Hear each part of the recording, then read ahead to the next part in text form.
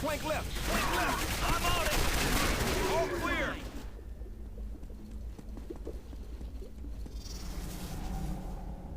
We're too late for this one. Wait! Take a reading on him. Lieutenant, according to the med chip, this is Matthew Kane. Is he Strogg? No, the neurosite in his head hasn't been activated. The Strogg don't control him. How do we know the neurosite isn't gonna suddenly switch on and he winds up fully Strogg? He won't, I guarantee it. HQ, this is Rhino Squad. We've got an injured Marine who needs immediate evac. Rhino Squad, meet Falcon 5 at the coordinates being sent. Roger that, HQ. Rhino Squad out. Welcome back to the land of the living, Kane. Come on, let's move out. Neurosite registration disrupted. Deploy service. Hello YouTubers, Max18363 here, and that was absolutely Can't go running gross. around unarmed. Grab Moore's weapons. Stick with the group, Kane. There's no telling when Strogg might show up. And in case you haven't figured it out, we are now partially Strogg. Yay! We've had an upgrade. Increased health, increased armour. We could move a little quicker.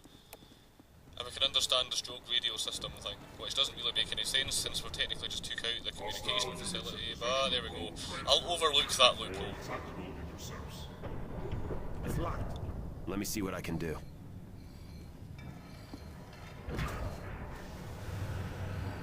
Rhino, this is HQ. What's your status? We should be at the evac coordinates in 10 minutes. There's a medic with Falcon 5. Take the injured Marine to them. The rest of your men will have to continue on to the original extraction point. Copy that. Rhino out. Okay, Anderson. You escort Kane to Falcon 5. We'll get this door open and proceed without you. Come on, Kane, this way.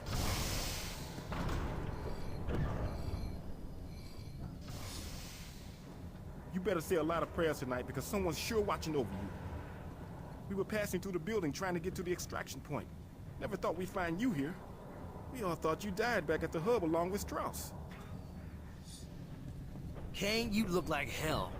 You're damn lucky we happen to be in the neighborhood. Had we been a couple of minutes later, you'd be a squib.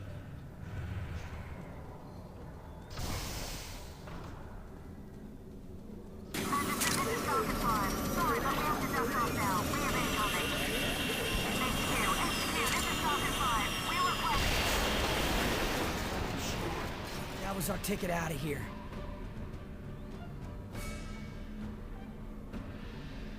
Anderson, this is Lieutenant Voss. Things are looking seriously foobarred.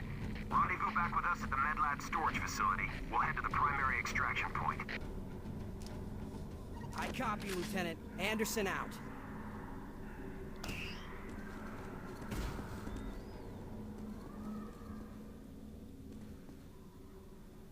I'm not really sure, but I think we're kind of approaching the halfway mark of the game now, and yeah, we're going to be playing as part of Strogg for the rest of the game now. You probably noticed that my heads-up display has also changed colour a little bit as well. It's now got a nice orangey kind of glow to it instead of green. It's always good.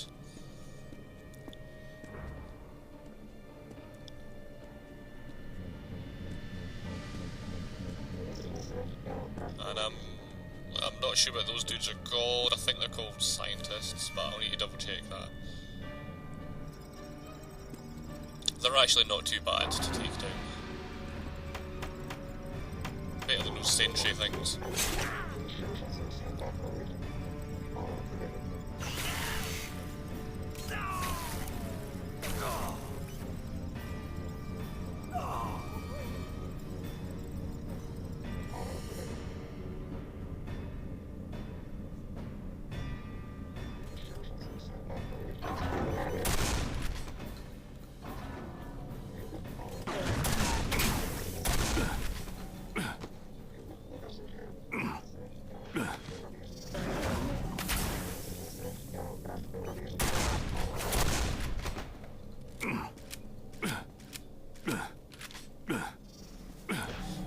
So bad, really. They just they occasionally sort of hack at you with their little mini saws if they get too close. Otherwise, they just kind of throw this kind of gas at you, which slowly chips away at your health. And that was a health station that we just used there.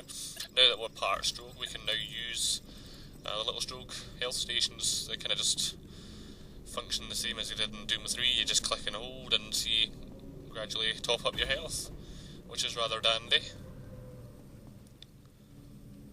So it's kind of nice, freshens the gameplay up a little bit, I suppose.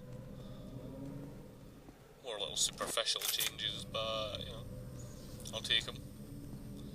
I ain't fussy.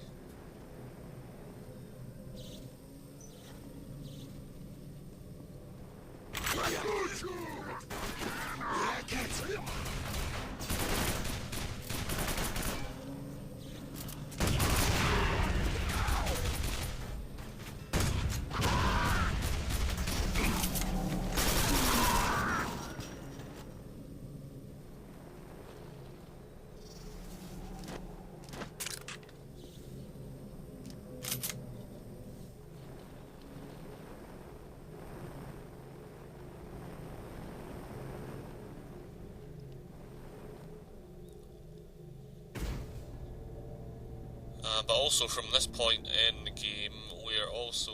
Units at full readiness. Beginning deployment. I think I might have mentioned this in one of the previous vids, where as we get a bit further into the game now, we're basically a lone wolf more and more often, and any teammates that we do come across tend to die off within minutes of finding them, with the exception of the 1 or 2 Rhino squad members that are still left. So it kind of becomes a bit more of a solo affair now, from here on out, which... at the time of playing Quake 4 all those years ago, it kind of annoyed me a little bit, and it still annoys me now.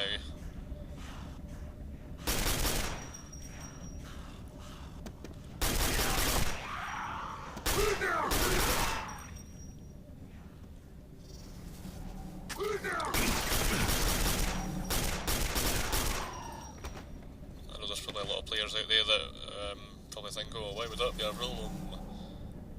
Some people probably quite happy to just sort of play on their own. I mean, I don't object to playing as a lone wolf as such, but I also don't mind having a few teammates to help out. It kind of just, I don't know, I kind of like that teamwork feeling. Quite like having a few AI buddies to help out, if the AI is actually kind of decent. And I don't know, it just doesn't really make an awful lot of sense. I mean, this is supposed to be a marine invasion, and it's just like, why are we on our own now? Just because we've got a wee bit of extra health, I think they can take away our teammates. Maybe I'm just being picky, but it kind of annoys me a little bit.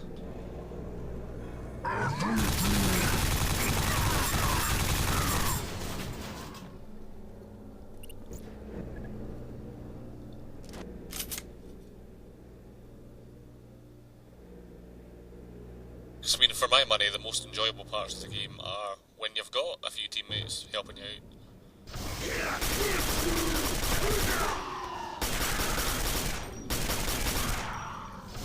Especially those early levels when there's almost constant radio chatter and there's explosions and stuff going everywhere, and I don't know, it just really makes you feel like you're part of a war and you're part of a machine invading the Strogg planet. It made you feel like there was other things going on outside of the little area that we're currently in, if that makes sense. Like there was an actual war going on.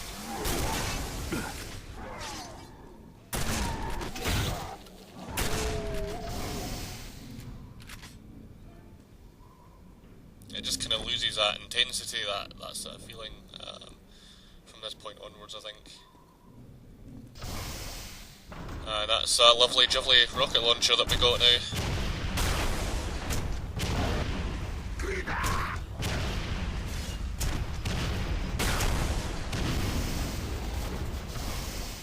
It's rather grand. You don't ever need to reload it, you can just fire rocket after rocket off. Sure makes those gladiators a little bit easier.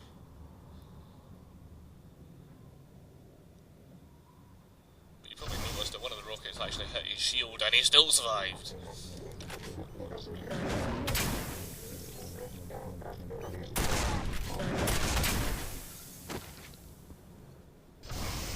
Gladiators are tough to take down once they get their shield up, my goodness.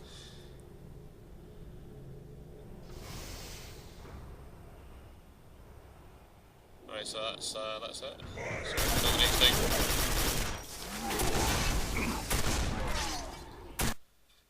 Kinda cut away at a bad time there. Whoops.